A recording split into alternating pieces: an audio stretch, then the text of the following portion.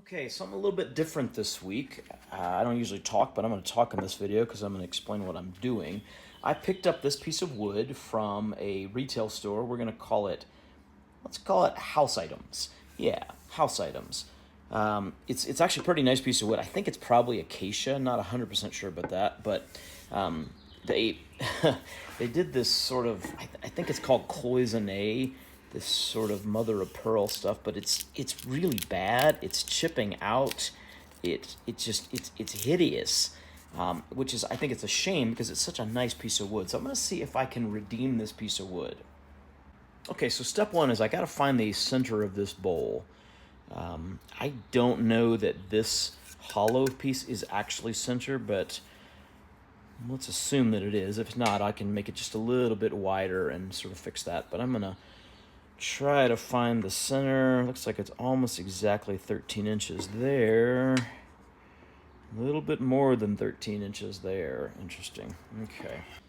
All right, so I'll put a piece of wood here to give my ruler a place to stop.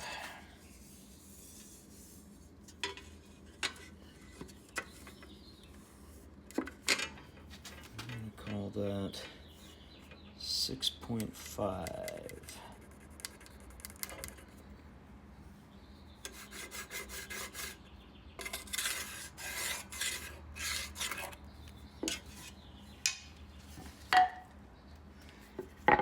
Same thing one more time.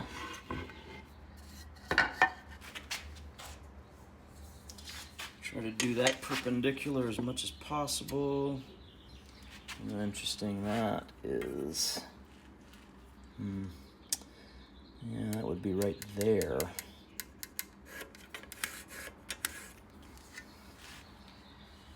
And we will split the difference and go right there.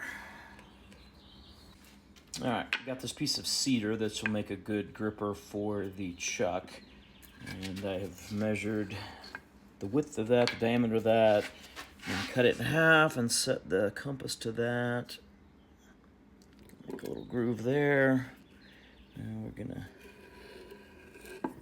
get a little circle action going.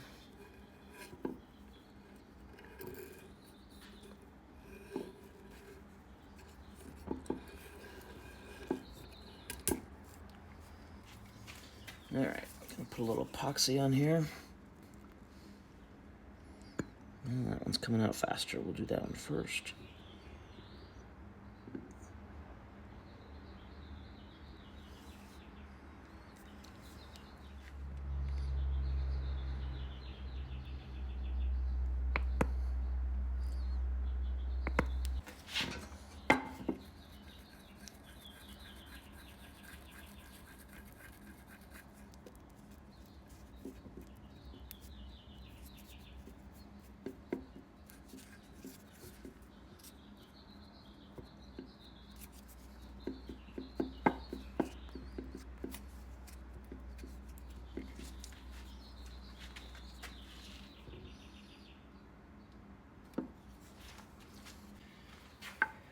Okay, got the piece of cedar on there. Let's put it in the chuck and see if we can get it to turn reasonably straight.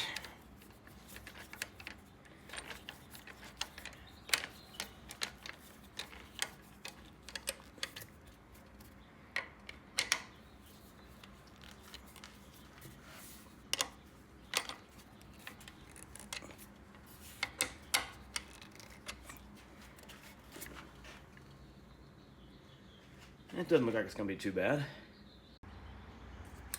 All right, let's start it off nice and slow and see what happens.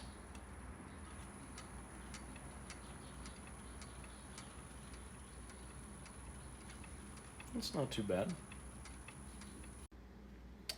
Okay, everything about this bowl is wonky.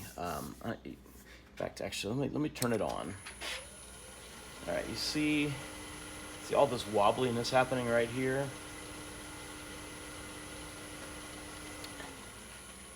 That is because there is nothing about this bowl that is in round. It's almost like they used a grinder, like they did grinding and then hit it with a sander or something, but I don't know if this thing was ever on a lathe. I really don't. I don't know how you could get those kinds of wavies going on if it had been on a lathe. So I'm gonna try starting with a sharp gouge and cut this back to true round.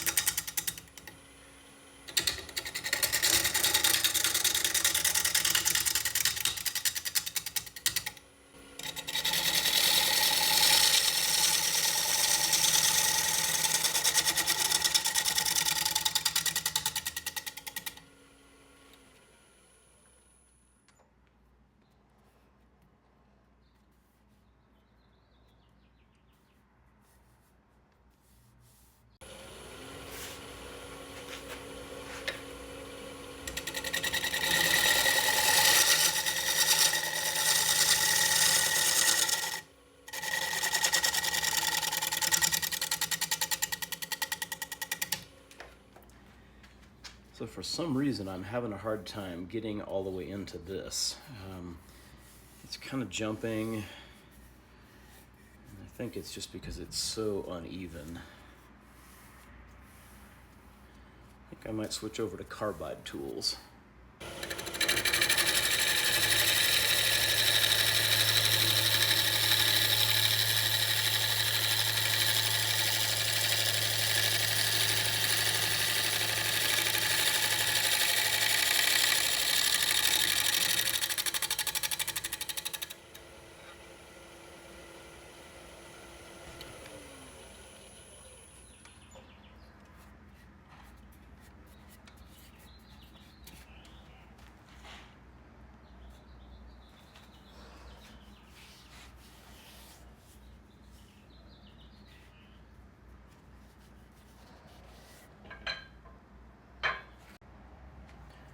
All right, that worked a lot better. I don't know if maybe my gouge was dull. It didn't feel dull, but the carbide bit really cut into that much smoother.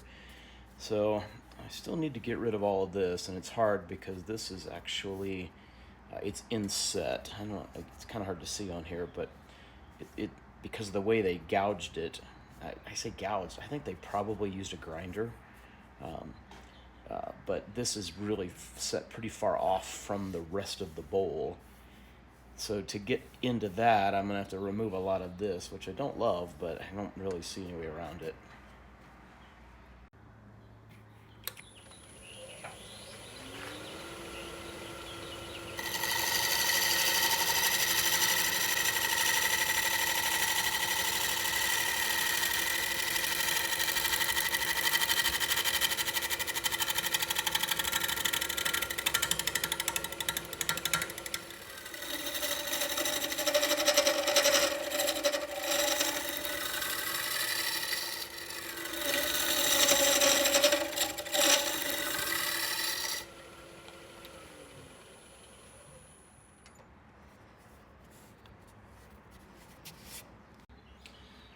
Okay, time to start work on this cloisonne thing. I haven't seen what it looks like yet. Yeah, that is way outside of round now.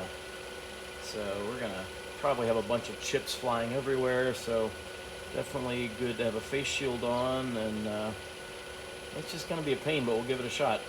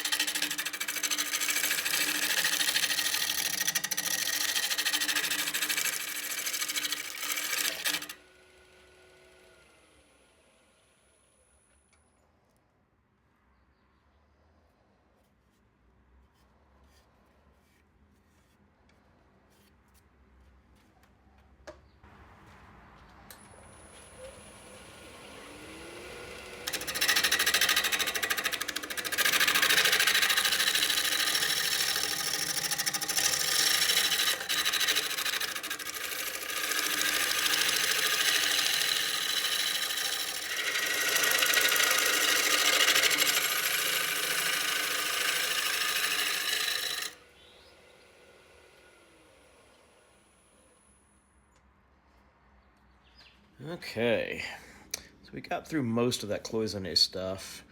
You can see, I think, why they put the cloisonne in is because there's a void right there. So I'm gonna have to make a decision. Do I want to fill that void with resin, or do I want to let it stand? It's got a nice counterpoint right here.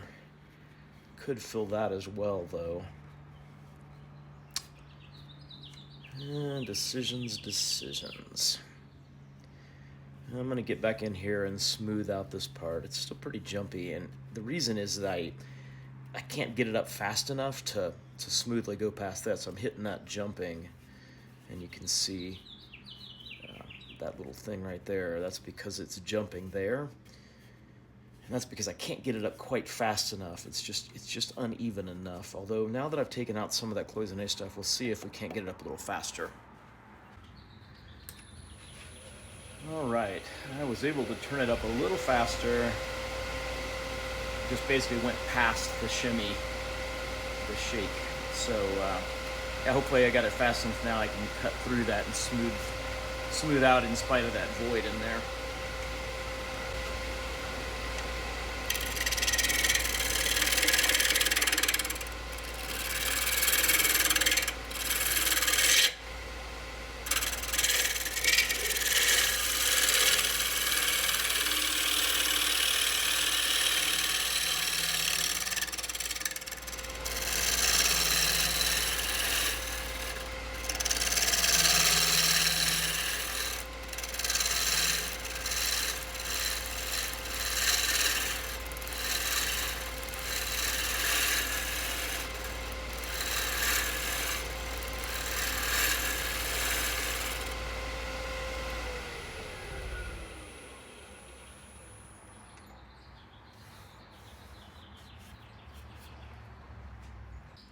Okay, the big thing I need to do now is just get out all the imperfections in this curve. I'm gonna use my new Crown bowl scraper.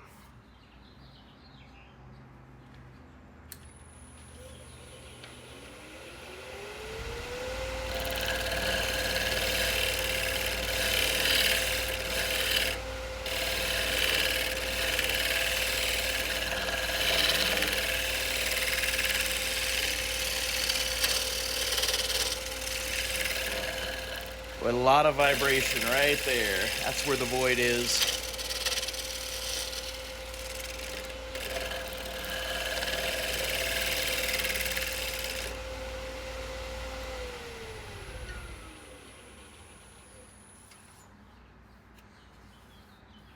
It's feeling better. All right. Let's go ahead and get this backed off.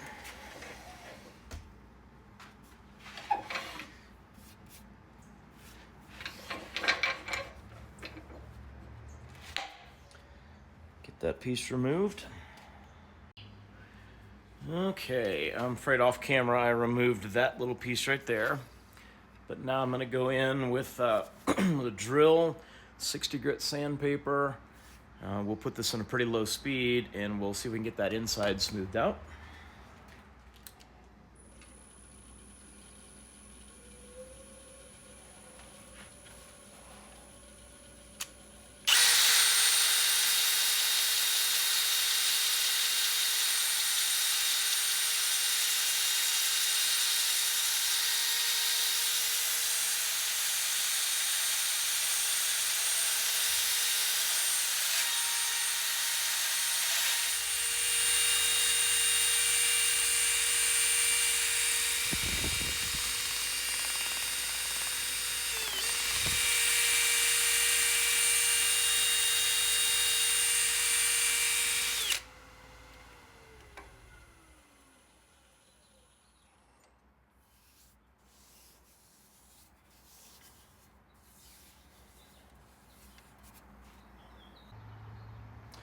All right, let's just wipe it down with a little rubbing alcohol.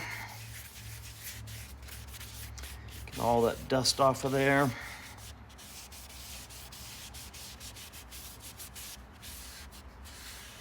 This is always kind of fun because you get a little bit of a glimpse of what the grain's going to end up looking like.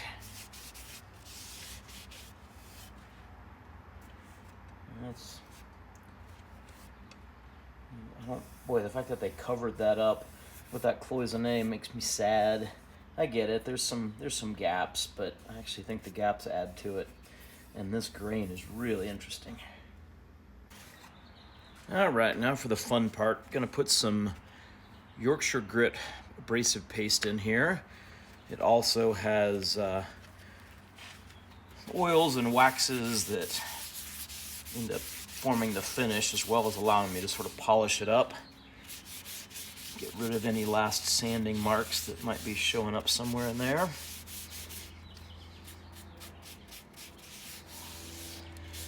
not going to be able to polish it here. I mean, I can. It's just going to be a little bit by hand, which is actually what I'm doing right now. I just sort of rub it a little harder than I do down here where the spinning action will allow it to polish. I have to sort of do it by hand here.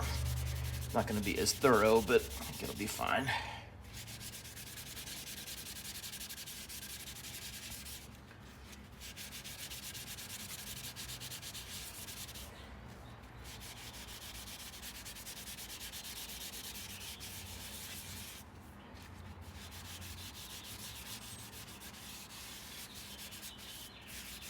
All right, so now we'll spin it up pretty fast.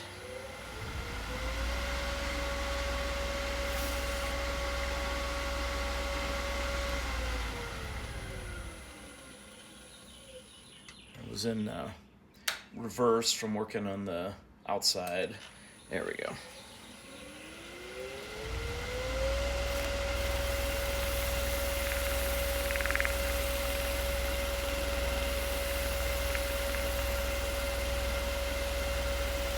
Yeah, I can feel the voids, if you're wondering. Yeah, there's just a little knock right there.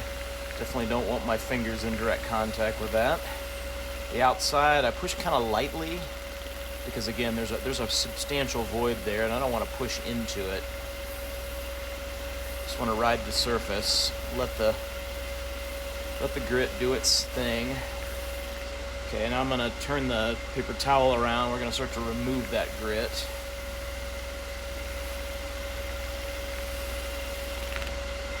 Still see it's on there. There's still a lot on there.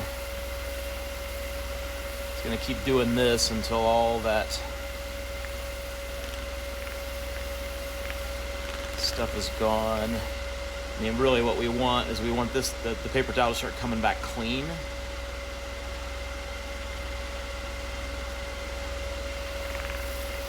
That's how you know you've gotten almost all of it.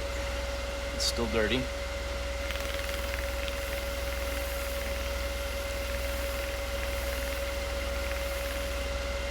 Still dirty.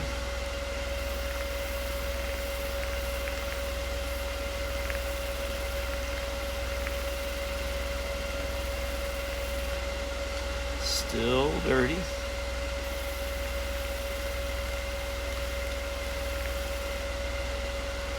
I'm going to go ahead and stop. I'm not completely clean, but I think partly what's happening is, yeah, there's a bunch of that paste inside these grits, so it's going to be a long time before the paper towel truly comes back clean. I'm just going to get in there and do my best to get those out. And then I'm going to polish this stuff off again.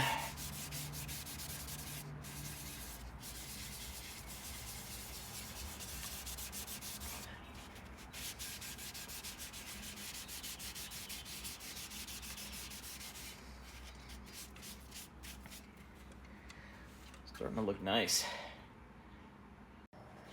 All right, just gonna do the same thing on the outside of this bowl. Put on a good liberal dose of that stuff. Boy, that grain really pops.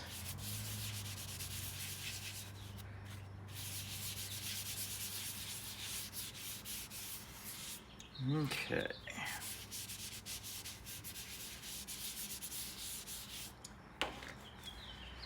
Let's just spin it up.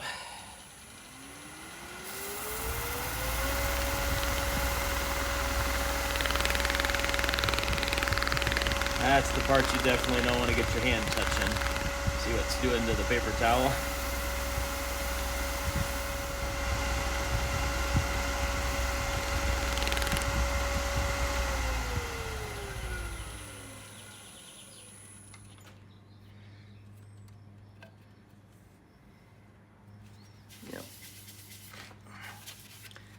Lots of junk in there.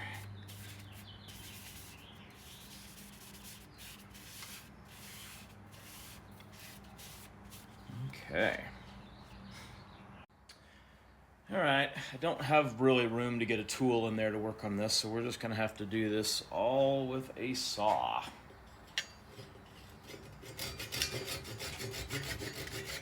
All right, now we're just gonna sand this bottom. I'm gonna start with some 40 grit, try to get through this rise here, and then we'll just work our way up to 320 and hopefully get it really flat.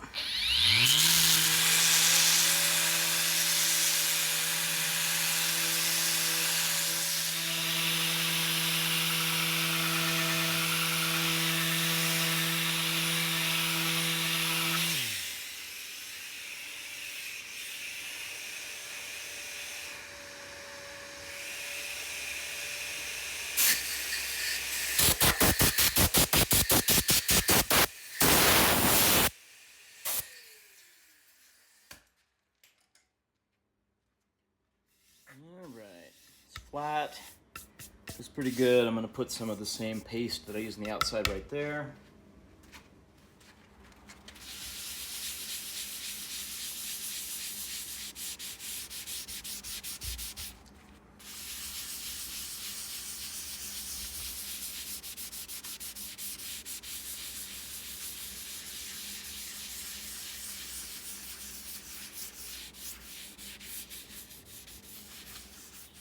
Okay, last step, I'm going to put on some wood butter. Wood butter has mineral oil, some beeswax, a lot of the same ingredients, honestly, that are in the Woodturner's paste, but it doesn't have the abrasive grit.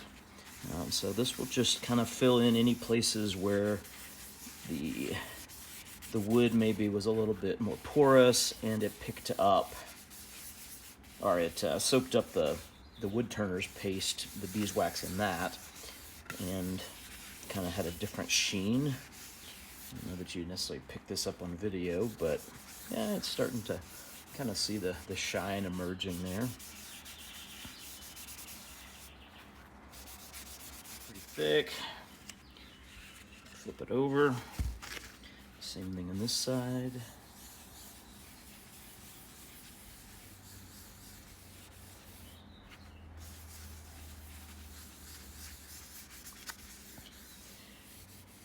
I think it's probably the beeswax in this that gives it this, the buttery feeling. That's why they call it wood butter, and partly because even after it's done,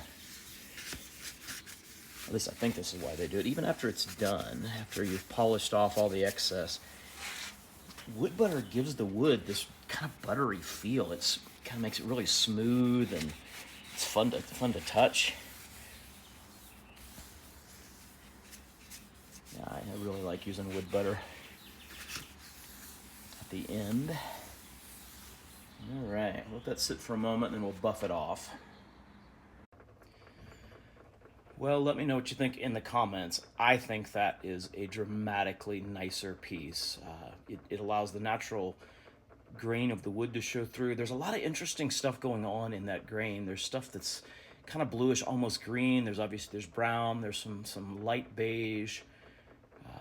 The swirls are fantastic. I think the gaps actually add to the character of the piece, and I think getting rid of that weird cloisonne thing in the center of it was definitely the right move.